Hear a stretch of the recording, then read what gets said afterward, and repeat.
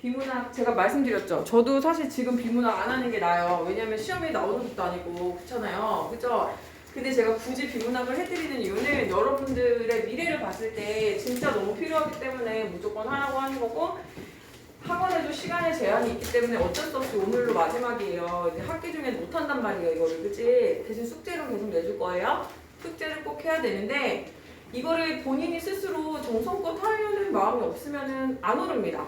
제가 계속 말하지만 알겠죠? 대신 하려는 의지가 있는 친구들에게는 도움이 될 거라고 믿기 때문에 드리는 거고, 집에 가셔서도 이 방법을 적용하셔서 공부 푸시는 거고요.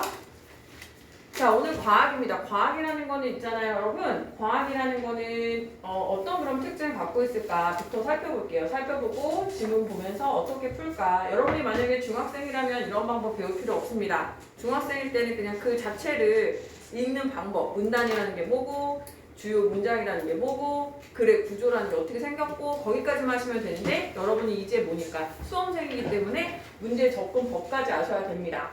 자, 그래서 이번에 과학이라는 거는 당연히 무엇을 묻게 돼 있냐면요. 과학은 뭘 묻게 돼 있을까요? 뭘 묻게 돼 있을까요? 대답을 좀 해볼까요? 여기 있죠? 이 개념이나 이론 자체에 대한 이해를 묻는 문제나 적용하는 문제가 나오는데, 여기서 중요한 건 이거예요. 자, 별표 이게 나와요. 뭐가 나오냐? 주요 개념 그리고 원리. 원리가 등장한다는 겁니다. 원리. 그 원리를 여러분한테 이해시키기가 사회 영역보다는 좀 더 복잡하고 구조적이라는 거예요. 그래서 특정 개념을 분석적으로 설명하는 경우가 아주 많다. 그 다음에 인과, 원인과 결과, 이렇게 되면 이렇게 된다, 온도가 높아지면 어떻게 되고 압력이 상승되고 부피가 어떻게 되고 이런 거 있죠. 변인 간의 관계들이, 변인 간 관계들, 뭐 기술도 비슷합니다. 그 다음에 과정. 이제 올라갈 건데 가열 원리, 여기서 이제 설명하잖아요. 우리가 색을 구별하게 되는 원리, 이런 걸 설명합니다. 그리고 그 원리가 어떻게 외부에서 자극이 들어와서 어디를 거쳐가지고 어디를 거쳐서 어떻게 인지가 돼서 밖으로 아웃풋으로 나오는지, 이런 과정들이 들어갈 거예요. 그죠? 그죠? 전개 방식을 취하는 경우가 많죠. 그래서 지문에 제시된 중요한 용어, 개념들을 정리하면서 가셔야 되고, 사이의 관계 파악. 자, 지금 보세요. 인문 사이랑 좀 다른 거 느껴지세요? 인문은 어떤 하나의 현상이라든가 어떤 그런 거에 대해서 다양한 학자들의 견해를 비교하는 게 많았잖아요. 그죠? 얘는 그것보다는 하나의 부분에 대해서, 물론 얘도 그런 것도 있지만 하나의 부분에 대해서 과학적 사실이나 기술적 사실들은 다툼이라는 게 인문사의 영역에 비해서는 모호한 게 적죠. 그래서 여러분이 과학을 좋아하는 애들이, 그런 이유로 수학과학 좋아하는 애들이 인문사회 싫어하는 거잖아요. 뚜렷하지가 않잖아요. 인문사회는 정답이라는 게 없잖아요. 그죠? 근데 반면에 얘네들은 법칙, 물론 여기서도 당연히 뭐 학자 간의 이견이 존재하고 그러지만 어떤 큰 맥락은 같거든요. 추상적인 거 갖고 싸우는 게 아니기 때문에. 그래서 개념과 개념 사이의 관계 파악. 그 다음에 이게 되게 특징인데, 과정이나 결과가 나타나는 경우가 많고 그림이나 도표 이렇게 연결돼 있다. 그래서 선생님이 어렵지 않은 지문들로 가져왔습니다. 왜냐하면 어려운 지문으로 가져와 버리면 그 원리를 파악하기보다는 그 지문 자체가 이해가 안 되기 때문에, 그래서 여러분 수준에 맞는 그냥 고등학교 1학년 기출문제를 가지고 왔어요. 이것도 어려웠다면 반성하셔야 됩니다. 공부하셔야 되는 거예요. 알겠죠? 수능은 훨씬 어렵습니다. 훨씬. 근데 지금부터 준비하시면 되는데, 준비를 안 하는 친구들은 나중에 3학년 가서 수능학원을 전전에 받자. 죄송한 얘기지만 그냥 자기 위압 해결 안 돼요. 솔직히 말하면. 알겠죠? 1학년부터 해야 됩니다. 더 빨리. 중3부터 하는 게 맞지만 이미 늦었고, 지금부터라도 빨리빨리 준비하셔서 매일매일 비문학 조금씩이라도 하시는 연습하셔야 2학년, 3학년에 1, 2등급의 꿈을 실현할 수 있다. 다시 한번 강조했어요. 알겠죠? 자신 없으면 매일 국어 선생님부터 손 들어야 있다가, 알겠죠? 자동으로 하기 어려운 사람들은 얘기하세요. 자, 과학제를 갑니다. 문제 먼저 보는 거예요. 우리 고등학생이니까 그래요. 그죠? 문제 먼저 볼게요. 1번.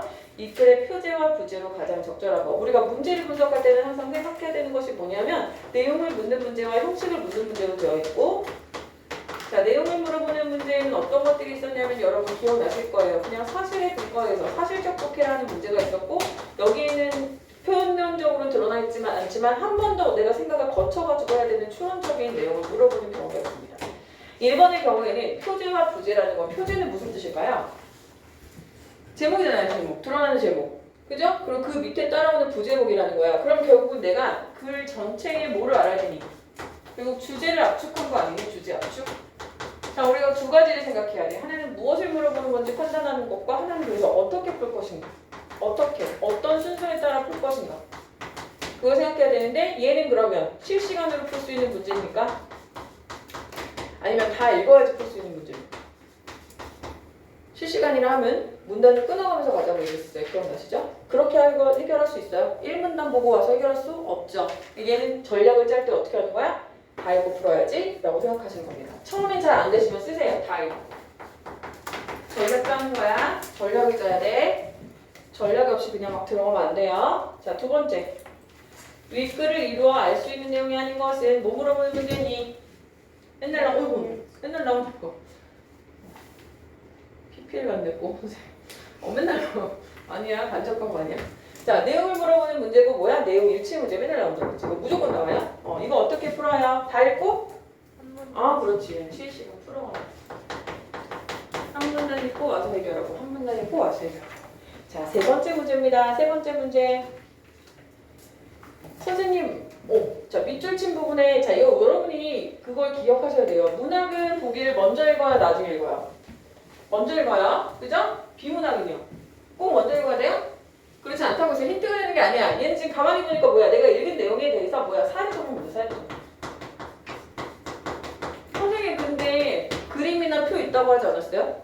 문제에는 없는데 어디니? 문제에는 그림이 없어. 근데 어디에 그림이 있니? 지문에 있어. 자, 왜 그림이 있는지 우리가 확인하러 가겠습니다. 자, 모든 그림 1문단이 뭐라고요? 예고편. 뭐에 대해서 글을 쓸 건지를. 자, 인간은 빛의 3원색, 즉 빨강, 초록, 파랑을 조합하여 형성되는 모든 색의 대부분을 매우 섬세하게 구분하며 인식할 수 있는데 이렇게 인간이 색인식에서 탁월함을 보이는 이유는 바로 망막에 있는 원추세포의 역할 때문이다. 어디에 표시해야 되겠니? 이 글은 뭐에 대한 얘기할 거니? 원추세포에 대해서 얘기할 것 같아. 어디에 관심이 있어? 인간이 색을 어떻게 인식하는지에 대해서 설명하는 글인 것 같아요. 그죠? 거기가 되겠죠? 자, 물질의 가해진 빛은 파장에 따라 흡수되기도 하고 반사되기도 하는데 이때 반사된 빛 중에서 가시광선의 영역에 해당하는 빛이 망막을 자극합니다. 오! 시작됐어. 뭐가 시작됐지? 어떻게 해서 인간이 색을 인식하게 되는지를 말하려고 하는 것 같아요. 그죠? 그죠? 인간의 망막에는 빛을 감지할 수 있는 간상세포와 완추세포라는 두 시세포가 있는데 이 중 막대 모양처럼 생긴 간상세포는 명암을 감지하는 역할을 하고 원뿔 모양처럼 그냥 쭉 읽으면 솔직히 머리에 들어오겠니 지금? 안 되겠지. 뭐가 필요해? 그래, 구조화가 필요해진 거야. 지금 순간에. 아까 뭐라고 얘기했냐면 망막에 있는 원추세포인데 원추세포가 근데 뭔데? 인간이 세계인식에 있어서 탁월함을 보이는 이유야. 그럼 당연히 이건 이쪽으로 하면서 가겠지. 그죠? 이 망막 원추세포에 대해서 망막에 있는 원추세포에 대한 설명이 나올 거야. 준비를 하고 읽어야 되는 얘기야. 자, 물질의 빛이 가해졌어. 봐봐. 이런 게 바로 과정이야. 뭐야? 먼저 빛이 들어왔어. 파장에 따라서 들어오기도 하고 튕겨서 나가기도 한대. 그치? 이때 반사된 빛 중에서 가시광선에 해당하는 영역들이 가시광선에 해당하는 영역이 망막을 자극하게 돼. 그게 시작이에요. 망막에 들어왔어. 인간의 망막에는 빛을 감지할 수 있는 간상세포와 원추세포 두 개가 뭐니? 나뉘고 있지. 이거 중요하지. 차이가 있으니까 나뉘는 거야. 그치? 망막에 뭐가 있다고요? 써야 돼. 잘 모르겠으면 처음에 시작할 땐 얘들아 이렇게 옆에다 쓰는 거야. 이게 구조화거든. 간상세포, 원추세포 이렇게 쓰는 거야. 이중 했어. 그럼 각각 뭐야? 각각을 설명하기 시작하겠다는 거지. 그치? 이중 막대 모양처럼 생긴 간상세포 특징이 모양이 특징이야. 막대 모양은 어떤 역할을 한대? 뭐하는 역할을 한대? 얘들아 무슨 역할을 한대? 따라해. 말을 하라고 대답을 해야 집중을 하는 거지. 명암을 감지하는 역할. 중요한 애. 특징이잖아. 특징 표시하면서 읽으라고 했어. 원뿔 모양처럼 아 그래서 원추구나. 그래서 원추세포구나. 얘는 명암. 얘들아 한눈에 보이니? 더 잘 보이지? 이 구조화야. 자 원추세포는 색깔을 감지하는 역할을 한다. 그래서 다르구나. 얘는 명암. 얘는 색깔 감지. 됐니? 그 다음에 간상세포는 이야기를 이어가고 있네. 각각 간상세포와 원추세포의 특징을 정리해주고 있는 문단이구나 라는 걸 생각하면서 봐야 된다는 거죠. 알겠죠? 또 무슨 특징이 있대요? 망막 주변부에 많이 분포하고 약한 빛에 민감한 특징. 명암과 물체의 형태는 인식할 수 있지만 구체적 색인식은 할 수 없다는 특징. 자 그럼 정리할 수 있겠네. 간상세포 특징 정리해보자. 어떻게 할 수 있니? 1번 뭐니? 1번 뭐니? 뭐야? 뭐라고 했어? 빛을 감지하는 수 있는 간상세포는 막대모양처럼 생겼고 명암을 감지하고 그 다음에 주변부에 많이 분포하고 약한 빛에 민감하고 인식은 할 수 있지만 구체적 색인식은 할 수 없는 특징을 갖고 있는 거지. 됐지? 그 다음에 누구 나올 차례야? 한편 원추세포는 망막 중앙부에 많이 분포. 비교되니 비교? 비교? 낼 수 있겠지? 낼 수 있겠지? 비교, 차이. 밝은 빛에 민감하고 물체의 색을 모두 인식한다는 특징을 갖고 있대. 원추 모양이고요. 원뿔 모양처럼 생겼고요. 그 다음에 중앙부에 많이 있고요. 차이가 있네요. 밝은 빛에 민감하고요. 물체의 색을 모두 인식할 수 있대요. 문제 나올 것 같은데요. 가볼까요? 자, 2번 문제 보겠다. 2번 문제 가보자. 나올 것 같다는 선생님이. 선생님이 여기 오는 거야? 여러분이 지금 방금 봤을 때 이 문단에 해당하는 건 지우고 가는 거야. 알겠지? 다시 돌아오지 않도록. 1번. 빛의 삼원색을 조합하면 아주 많은 색을 만들 수 있다. 이런 내용 있었니 없었니? 있었지. 어디 썼니? 집에서 공부할 때 이렇게 하는 거야. 첫 번째 문단. 자신 있는 사람은 안 해도 돼. 지금 벌써 익숙해져서 나는 비문항 너무 많이 해봤다. 그래서 짝짝짝짝짝 읽힌다면 이렇게 안 해도 돼. 근데 나 지금 비문 어떻게 해야 되는지도 모르겠다는데 감이 안 하는 건 너무 이상한 거야. 이렇게 분석하는 거야. 진짜 나오네. 진짜 물어보네. 알겠니? 두 번째. 인간이 색을 인식하기 위해서는 대상의 물질이 빛을 반사해야 된다? 있었니 없었니? 있었지. 반사된 빛 중에 가시광선에 해당하는 어쩌고저쩌고 그랬잖아. 그치? 그러니까 있었어. 어디 있었어? 두 번째입니다. 원추세포는 나트륨 이거 나트륨 맞죠? 맞죠? 응, 나트륨 오래돼가지고 다른 자극이 없을 때 이거 나왔니 안 나왔니? 아직 안 나왔어. 패스. 어두운 곳에서 사물의 응급을 파악할 때는 원추세포 내의 변화가 더욱 빠르게 진행된다. 이런 거 나왔니 안 나왔니? 아직 안 나왔어? 안 나왔어? 오케이 패스 그럼. 그 다음에 특정한 파장의 빛이 즉 저건 배웠어 안 나왔어? 안 나왔어. 패스야. 이 두 개만 하고 넘어가는 거야. 알겠니? 지금 됐나요? 자, 세 번째 문단 아직 확인이 안 되겠죠? 다시 그러면 이제 앞으로 갑니다. 세 번째 문단으로. 선생님이 왔다 갔다 되게 복잡해 보이지만 그렇지도 않아. 해볼까? 자, 드디어 이제 뭐가 보이냐면 여러분 뭐가 보여요? 그림이 보이죠? 그림. 근데 그림 지금 잘 보세요. 글을 뭘로 표현하는 거야? 그림으로 표현하는 거야. 왜? 이게 이해가 더 잘 되거든. 맞니? 어떤 걸 표현하고 있니? 망막. 이게 망막이야. 망막 속에 간상세포와 원추세포가 어떻게 위치해 있고 어떤 모양인지가 지금 막대 모양, 어떻게 원추 모양, 막대 모양, 이런 식으로 생겼구나. 라면서 망막에 있는 간상세포와 원추세포의 그림을 통해서 글의 내용을 더 쉽게 이해할 수 있게끔 하는 거죠. 이해됐죠? 자, 해볼게요. 세 번째 문단. 망막을 거쳐서, 자 이제 갑니다. 망막을 거쳐서 원추세포에 감지된 색에 대한 정보는 체계적인 과정을 거쳐. 과정, 동그라미 과정, 표지화야. 너무 중요해. 이건 시험 문제 나오겠네. 과정. 얘들아, 사회나 예술이나 이런 데서는 잘 안 보이던 거죠. 인문, 예술, 사회에서는 잘 안 보이던 거죠. 과정. 과정을 따라갈 겁니다. 이제 과정은 뭐가 있냐? 너무 중요해. 단계가 있습니다. 단계별로 정리하는 거야. 뭘 생각하시면 되면 라면 끓이는 과정. 그 과정은 그 단계를 순서를 막 바꿀 수 없죠. 맞아? 물 안 넣고 먼저 면부터 넣으면 안 되잖아요. 면을 다 태운 다음에 물을 넣고. 그럼 안 되죠? 볼게요. 원추세포에는 자 우리 첫 번째 문단에서 뭘 얘기했었냐면 원추세포에 대한 얘기로 마무리를 지었었어. 기억나세요? 그러더니 원추세포를 처음부터 단도직입적으로 말해버리면 너네가 이해가 안 될 거 아니야. 그러니까 원추세포에 대해서 설명을 하기 위해서 누구랑? 간상세포를 갖다가 놓으면서 비교해주는 거야. 그걸 원추세포라고 해 라고. 그치? 이제는 뭘 얘기해야 될 거야? 첫 번째 문단에서 우리랑 얘기하기로 했던 것을 지켜야겠지. 색 인식이 어떻게 되는지 설명해야 될 거 아니야. 그러니까 다시 원추세포로 돌아온 거야. 그 원추세포에는 옵신이라는 수용체 단백질이 들어있는데 이 단백질, 세포 내로 투과된 특정 색깔을 띠는 빛 입자인 광자와 충돌하면 모양이 변한다. 얘들아 단계야 이거 단계. 단계는 끊어가지 않으면 되게 어렵다. 봐봐 끊을게 이제. 첫 번째 무슨 일이 일어난다고? 원추세포에는 옵신이라는 수용체 단백질이 있는데 단백질은 세포 내로 투과된 색이 들어오면 빛이 들어오면 광자가 들어오면 어떻게 된다고? 모양이 변한다. 끊어. 정리? 볼래? 너 꽂힌 줄 알아 봐.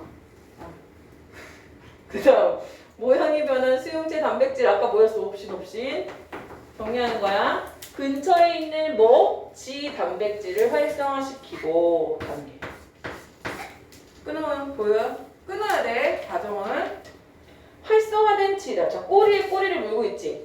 변화된 수용체 단백질은 지 단백질을 활성화시키고 그 활성화된 지 단백질의 일부가 세포 안에 있는 효소를 자극하게 됩니다. 정리되세요? 자 이런 건 어떻게 하는 거야? 정리하는 거. 옆에다 정리해 놓으라고 장면 꼭 체크해.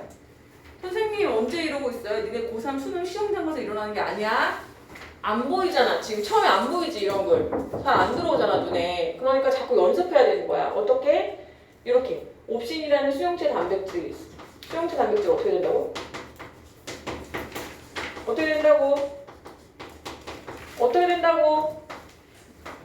빛 입자인 광자와 어떻게 되면? 충돌하면 어떻게 돼? 모양. 그렇지. 모양을 이런 식으로 써놓으라는 거야. 그치? 그 다음에 이 모양이 변형된 단백질이 어떻게 된다고? 지단백질 활성. 그렇지. 지 단백질을 활성화시켜. 그 다음에 그 지 단백질 활성화하는 일부가 세포 안에 효소 자극. 효소를 자극하면 그 자극된 효소는 세포 내 나트륨의 균형을 어떻게 한대요?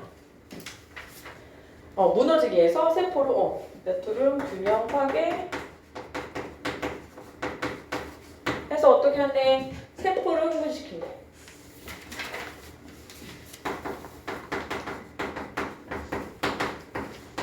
이 흥분된 세포가 어떻게 된다고? 시신경을 거쳐서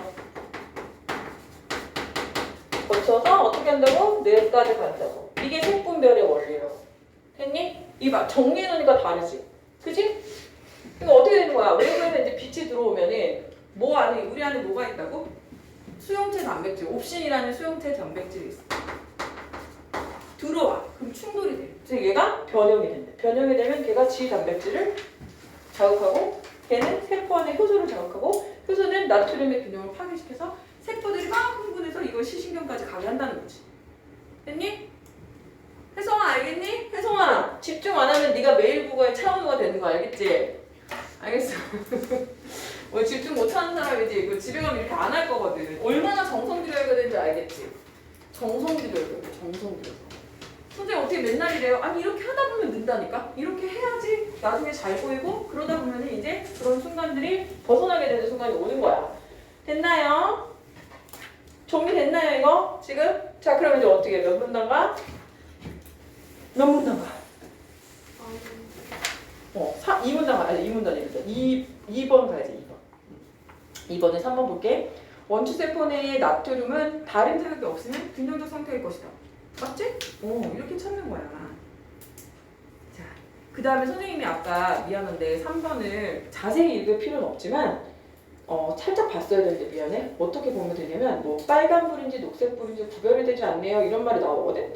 그러면 빨간불과 녹색불을 구별하는 내용이 당연히 본문에 있을 거야. 그죠? 근데 아직까지 나왔어? 안 나왔어? 안 나왔지. 그러니까 아직까지는 보기를 볼 필요가 없는 그런 전략들이 생긴다는 거야. 알겠죠? 자 이제는 마지막 문단은 아니구나. 네 번째 문단 가볼게요. 자 이 단어는 아까 선생님 뭐라고 말씀드렸냐면 이 글은 첫 번째 문단에 예고가 있다고 했고 첫 번째 문단에서 무슨 예고를 했어요? 나 너랑 이제부터 원추세포에 대해서 말할 거야. 난 뭘 말하고 싶냐면 인간이 어떻게 색을 구별하는지를 너랑 얘기할 거거든. 그랬거든? 그럼 이제 원추세포에 대한 얘기를 더 해야겠지. 알겠지? 아직 색 구별에 대한 얘기는 안 해줬으니까. 예상대로 흘러가나 볼게요. 원추세포는 다시 어떻게 된대요? 초원추세포, 노원추세포, 저원추세포로 나누어진다 밑줄. 선생님이 뭐라 그랬지? 분류되는 건 무조건 중요하다고 했어. 왜냐하면 이건 차이를 말하는 거거든. 좀 감이 잡히세요 이제? 이들이 세계 정보를 구별하여 전달하는 과정에서 가장 중추적인 역할을 한대요. 각각 자 나왔네. 첫 분단에서 얘기한 거 책임진댔죠? 막 쓴 글들이 아니잖아요. 정교하게 다듬어진 글이에요. 세계 정보를 구별하여 전달하는 과정. 설명해 줄게. 이렇게 되는 거예요. 됐죠? 각각의 원추세포는 자신이 흡수할 수 있는 세계 파장 범위가 정해질 때, 이게 특징이네. 자신이 흡수할 수 있는 세계 파장의 범위가 정해져 있는 게 특징이네. 자, 원추세포가 자극될 때에 저원추세포, 초원추세포, 노원추세포에 전달되는 자극의 정도가 다른 걸로 구별하는 거구나. 반응하는 정도가 역시 차이를 보인다. 자, 이제 세계 구별하는 원리를 점점 여러분이 알아가는 것 같아요. 예를 듭니다. 얘는 왜 드는 거죠? 이해하기 쉬우라고요. 특정 파장의 빛이 노원추세포를 자극하면서 저원추세포와 초원추세포를 거의 자극하지 않으면 뭐로 인식한다고? 우와, 너무 신기해. 녹색으로 인식한대. 또한 특정한 파장빛이 원추세포를 균등하게 자극하면 뭐뭐하게 된다. 이것도 너무 중요해. 왜냐면 전제와 결론, 원인과 결과. 이거 너무 중요한 출제 요소이기 때문이야. 흰색으로 인식한대. 여기서 노원추세포와 저원추세포는 그 파장 범위가 많이 겹친다는 특징을 갖는다. 여기까지 아시겠어요? 여기까지 아셨어요. 알았어. 자, 그러면 네 번째 2번 문제 볼게요. 2번. 자, 특정한 파장의 5번이에요. 빛이 저원추세포를 자극하고 다른 원추세포를 거의 자극하지 않으면 빨간색을 인식하게 된다. 있었죠? 그러면 이제 뭐만 남았냐면 4번만 남았어요. 4번.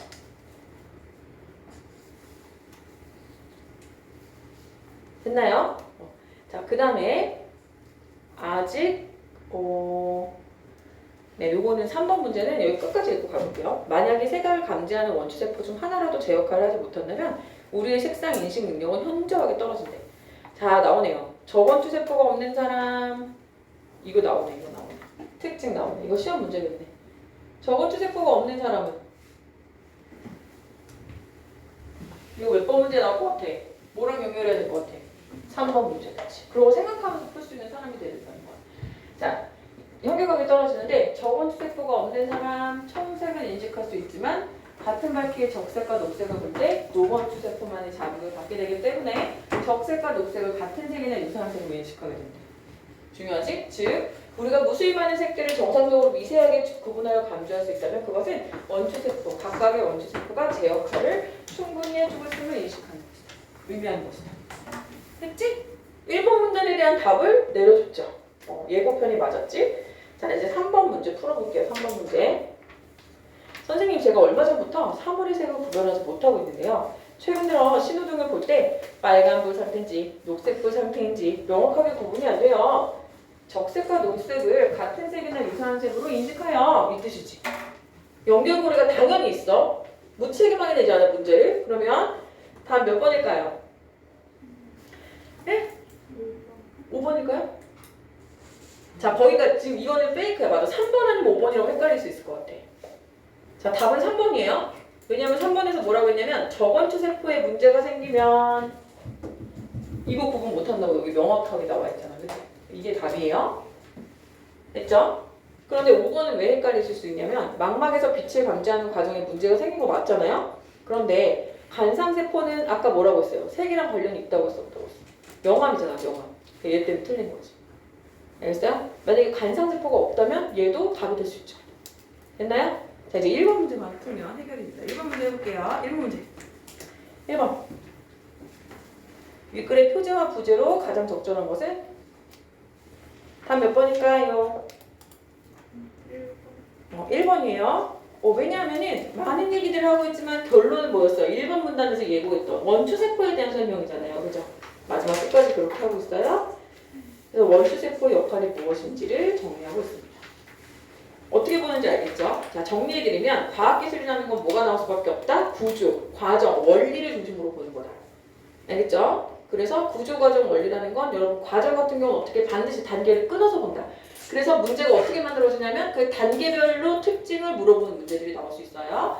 그 다음에 사례에 적용하는 문제 나올 수 있습니다. 그리고 얘같이 지문에 그림이 들어가는 경우도 있지만 그림을 밖으로 빼는 경우도 많아요. 그게 바로 다음 기술 지문에 해당합니다. 기술도 사실 과학이랑 큰 차이 없습니다. 사실 거의 비슷해요. 이번 문제 다 아까 4번.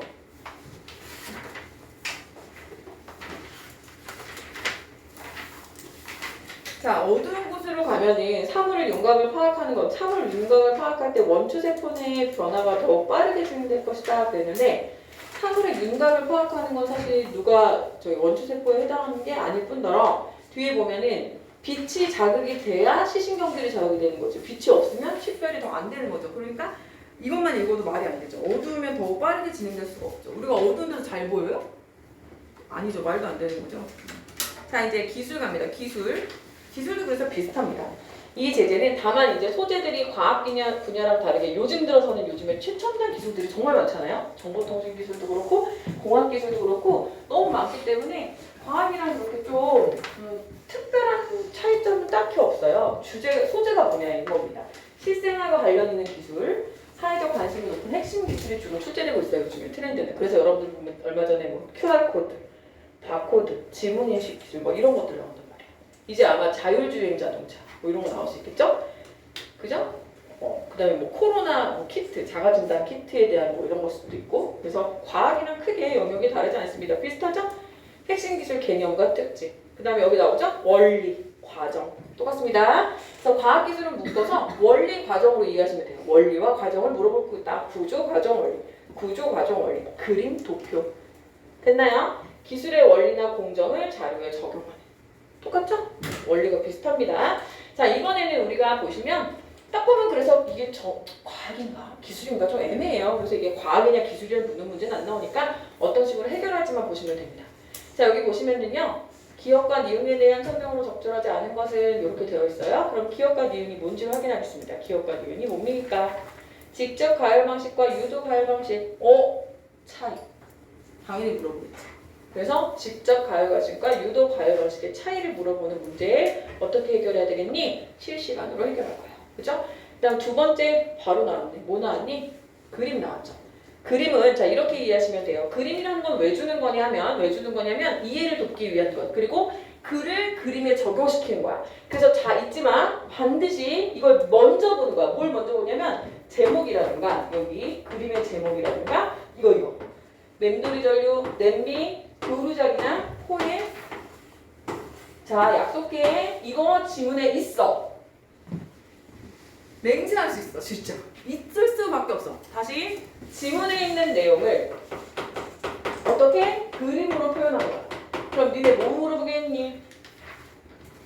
이 내용 확인 문제였어. 내용 확인. 이 해당하는 부분이 나오면 그래서 어떻게 풀어야 되냐면 얘는 실시간으로 푸는 건데 다 읽고 푸는 게 아니라 지문을 읽다가 이런 말이 보인다. 스탑. 알겠니?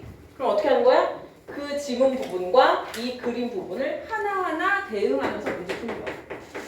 이때 어려운 건 뭐냐면 A, B, C로 되어 있으면 더 어려워. 그래서 이걸 여기다 고쳐놓으세요. 코에. 뭔지 바로 보면 교류 자기장. C는 뭐냐면 냄비.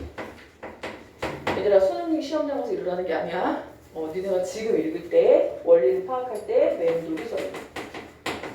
이렇게 표시를 해놓는 게 요령이에요. 그래서 A, B, C 들어가면 어려워요. 말로 바꿔. 코일에 고주파 교류 전류가 흐르면 교류 자기장이 만들어지는군. 이게 어디 있을 거다? 지문에 있을 거다. 맹세할 수 있어. 뭔지 알겠지? 과학기술 지문은 지문 자체를 그림으로 만드는 일이 많기 때문에 그림으로 만들었을 때 멈춰서 그림과 글을 매칭. 이렇게 풀어볼 거예요. 자, 그다음 마지막 문제는 뭐냐면 힘들어. 얘 뭐야? 적용하는 거, 적용을 한 거야. 지문의 내용이야. 당연히 지문의 내용을 적용을 한 거, 응용한 거죠. 그럼 이건 어떻게 푸느냐? 이렇게 그래프가 나왔다고. 그래프는 어떻게 봐야 되느냐? 자료에, 자, 자료 이해. 원리를 이해하는가 아닌가를 묻고 싶은 건데, 이건 어떻게? X축, Y축 별표. 이거 제목 뭐라 그랬지? 그래프의 이름은 자기 이력 곡선이래. 뭐래? 자기장의 세기에 따른 이거. 자기 자화 세기의 변화. 자, 맹세할 수 있어. 지문에 이 말이 있어. 똑같아. 그 부분 딱 멈춰서 뭐 하는 거야? 대응하는 거. 확인했어요 혹시? 보이던가요? 네. 자, 그럼 해볼게요. 아주 어렵진 않습니다만 일단 생소하잖아. 내용이 생소하지, 그치? 무슨 말이지? 근데 여러분이 평상시에 주변에서 일어나는 거에 관심을 좀 가지시면 냄비 같은 거 이제 마트 같은 데 가면 자세히 보세요. 인덕션 전용, 네? 전기레인지 전용 이런 게 써 있어. 그 비밀이 오늘 밝혀지는 거야. 얼마나 재밌어? 얼마나 재밌어. 내가 얼마나 유식해지는 거야. 그치? 내 커다란 통에 내 실력을 막 담아내고 있는 거야. 자, 갑니다. 싫으면 말고요. 전기레인지는 용기를 가열하는 방식에 따라 뭐에 따라? 용기를 가열하는 방식에 따라 하이라이트 전기레인지와 인덕션 레인지로 뭐 할 수 있다? 나눌 수 있다. 차이. 시험 문제. 알겠지? 이제 보일 거야. 열심히 하다 보면 보입니다.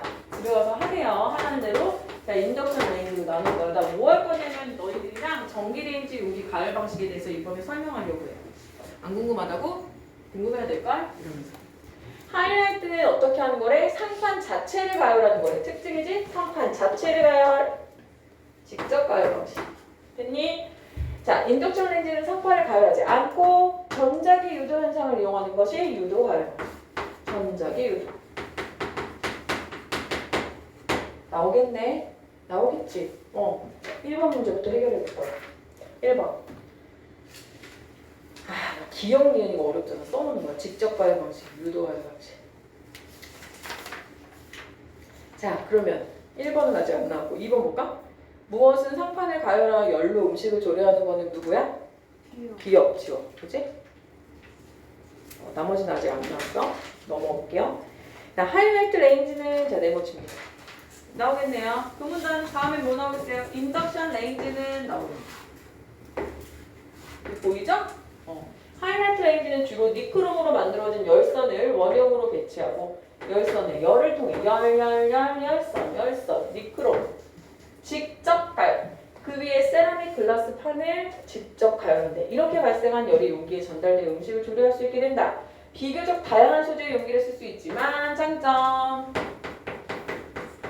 단점, 효율이 낮아서 속도가 느리고 파상에 우려가 있다.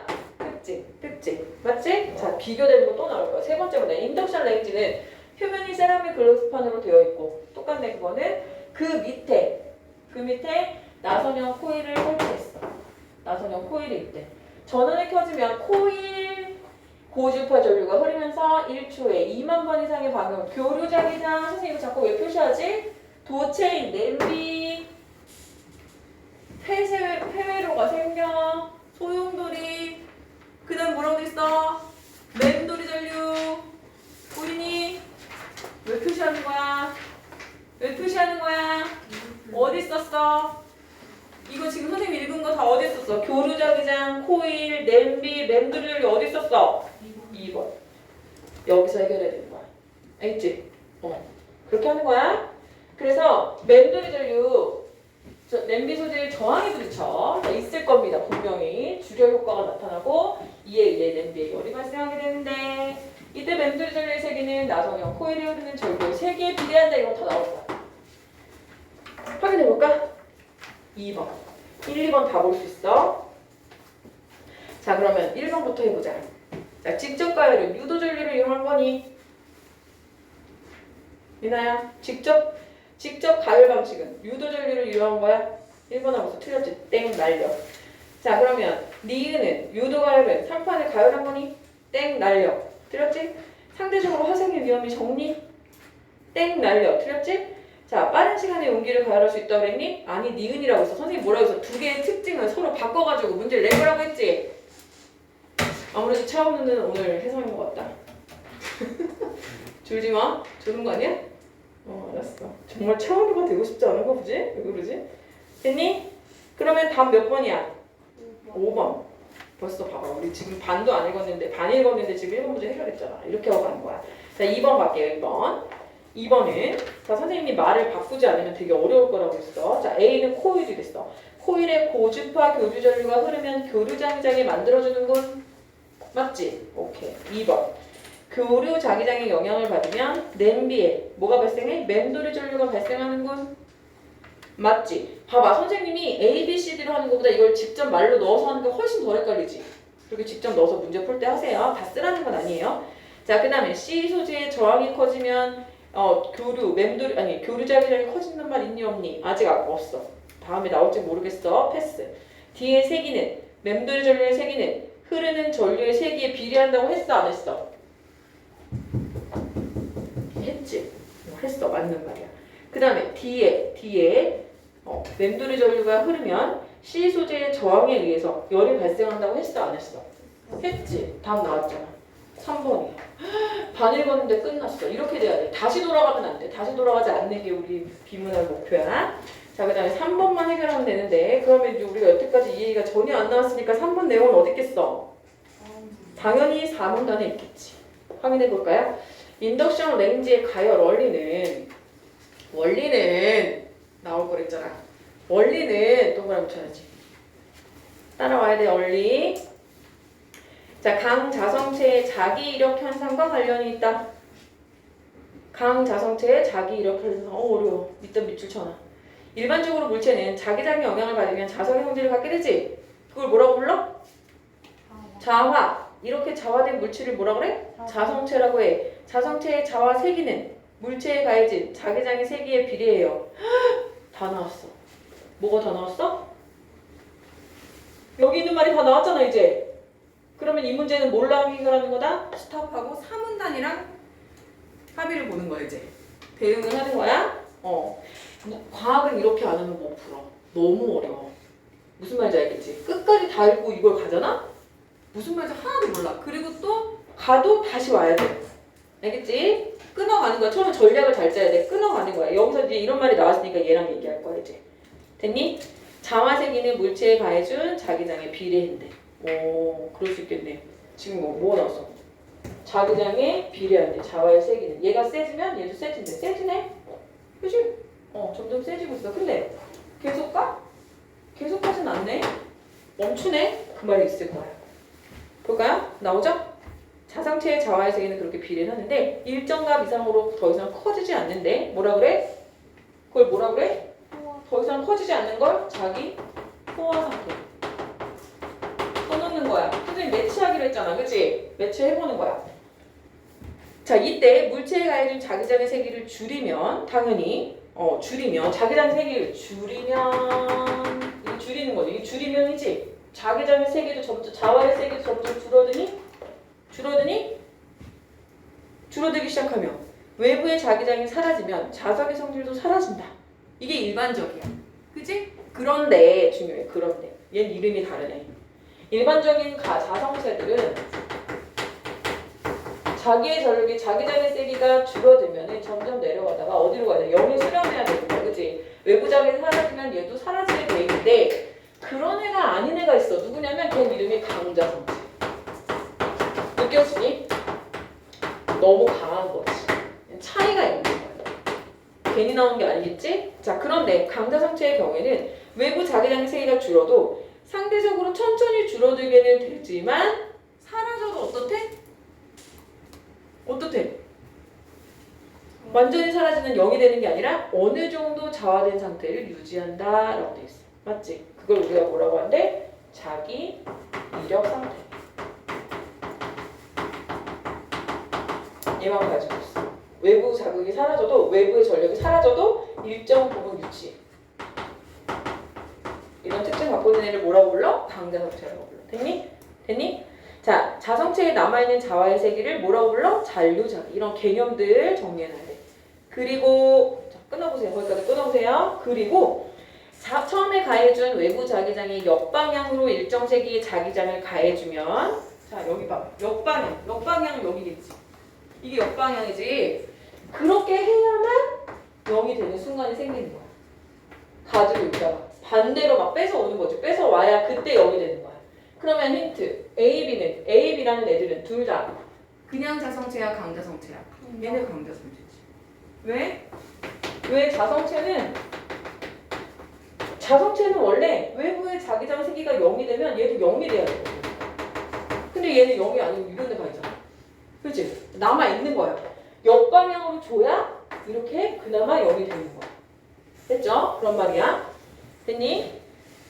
자, 그래서 그 다음에 자기장을 더 세게 가해주면 반대쪽으로 커져서 또 자기 포화 상태가 된대. 여기 또 자기 포화 상태가 된대. 선생님 보세요. 그래프랑 글을 매치시키면서 하고 있죠? 됐나요?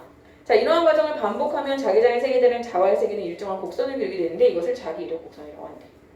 이 과정에서 자기 에너지는 열 에너지로 전환되어 자성체 온도를 높이는데 이때 발생하는 열 에너지는 내부 면적과 비례한다 나오겠지. 내부 면적과 비례한대. 무슨 말이야? 이 내부 면적이 클수록 세단 얘기지.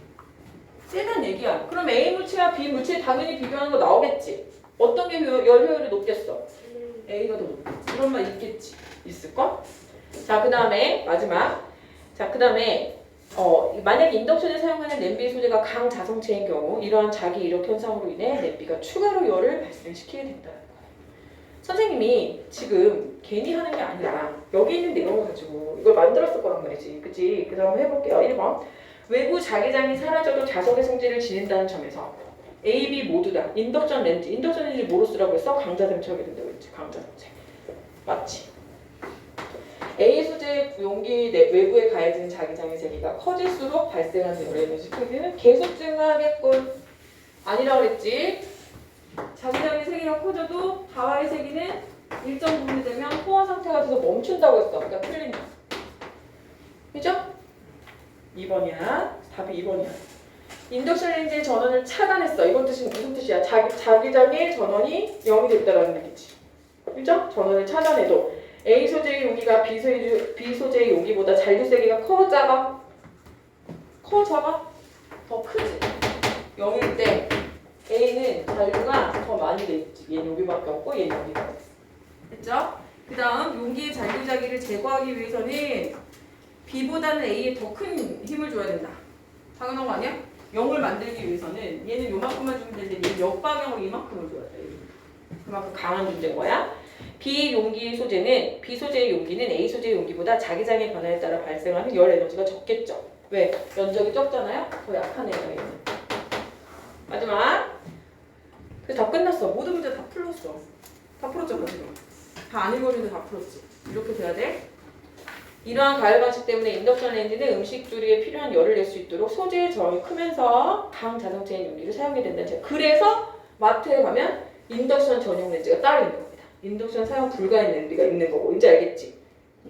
하지만 고주파 전류를 사용하기 때문에 전자파 우려가 있대요.